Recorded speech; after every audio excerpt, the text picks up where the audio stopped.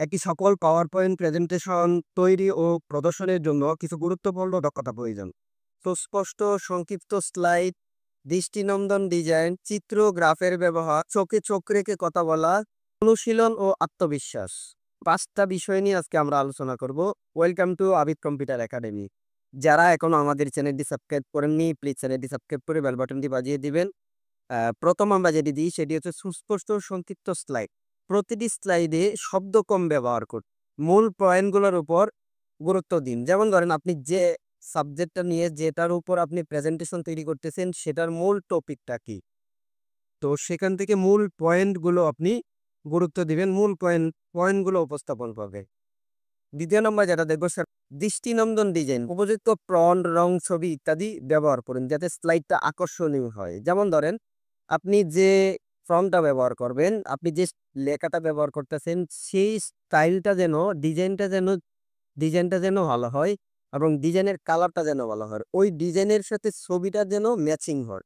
তো প্রত্যেকটার সাথে প্রত্যেকটা যেন ম্যাচিউর হয়।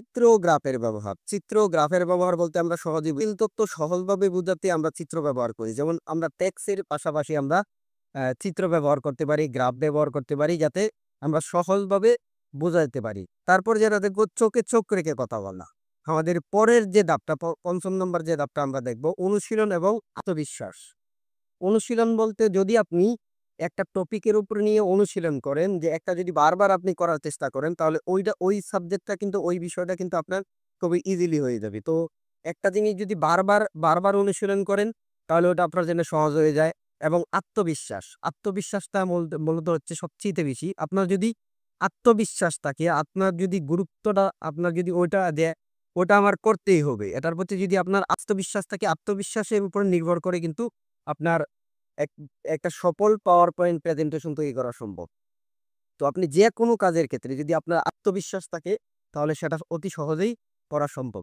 তো আমরা মানে মূল পাওয়ার পয়েন্ট প্রেজেন্টেশন তৈরি করার জন্য আমরা আরেকটা কিন্তু সাহায্য নিতে পারি, সেটা হচ্ছে জিপিটি।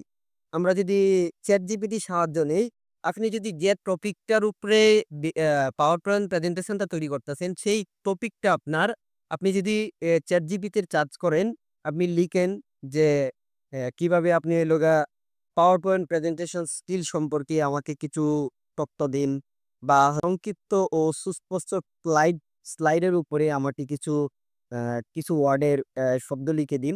তাহলে কিন্তু দেখবেন যে চ্যাট জিপিটি আপনারে খুব ইজিলি সহায়তা করতেছে। তো আপনি ওই টপিকটা যখন আপনি পাবেন, পাওয়ার পরে আপনি ওইখান থেকে নেওয়ার পরে আপনি ওইটা নিয়ে অনুশীলন করেন।